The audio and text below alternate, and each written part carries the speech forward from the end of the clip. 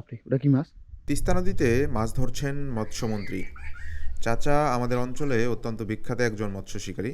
উনি মূলত বড়শি দিয়ে মাছ ধরেন। উনি মৎস্য শিকারে এতটাই দক্ষ যে এলাকার মানুষজন ওনাকে ভালোবেসে মৎস্যমন্ত্রী বলে ডাকেন। কোন মাছের কী টোপ এবং কিভাবে সেই মাছ ধরা হয় উনি খুব ভালো করেই সেটা জানেন। তিস্তা শট। নদীতে মাছ ধরছেন, আজকে ইস মূলত রে। উনি কালবাউস মাছ ধরবেন। ইস। খুব ভালো একটা শট ইস। ছিল, কিন্তু বড়শিতে মাছটা আটকায়নি। দেখা যাক কী মাছ পাওয়া যায়।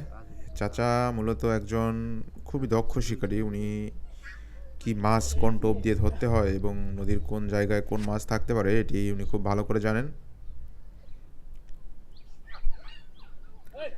ইনশাল্লাহ আজকে ভালো কিছু মাছ ধরা হবে।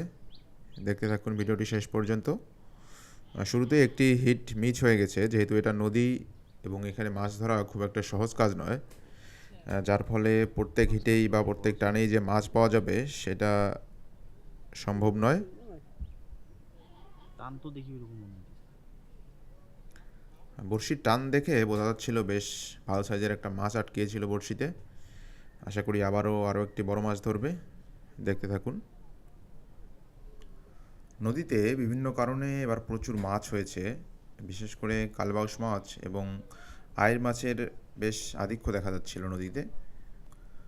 একজন শিকারীর নদীতে মাছ ধরার জন্য সবথেকে বেশি যে জিনিসটার প্রয়োজন হয় সেটা হচ্ছে ধৈর্য। আমাদের চাচা অত্যন্ত ধৈর্যশীল একজন মানুষ এবং দেখছেন কতটা তীক্ষ্ণ দৃষ্টিতে তাকিয়ে আছেন বড়শির পাতার দিকে। বাপরে, ওটা কি মাছ? বেশ বড় সাইজের একটা মাছ চাচা আটকিয়ে ফেলেছেন বড়শিতে। খুব শীঘ্রই মাছটি ধরা হবে এবং দেখব মাছটি কত বড় সাইজের।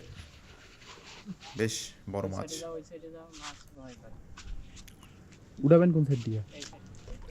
বাপরে, কালবাস নাকি? নদীতে বড়শিতে মাছ আটকিয়ে এটি উপরে তুলে আনা বেশ কষ্টসাধ্য একটা কাজ। খুব সাবধানতার সাথে এই কাজটি করতে হয় যাতে মাছটি আবার খুলে না যায়।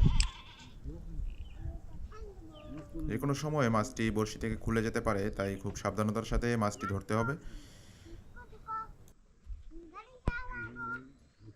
খেলা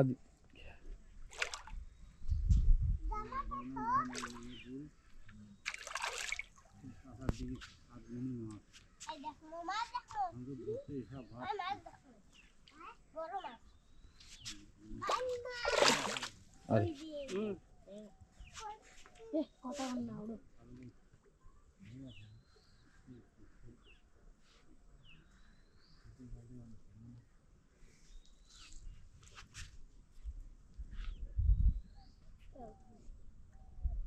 এত এত সময় লাগছে। এই হাউস সমস্যা নেই।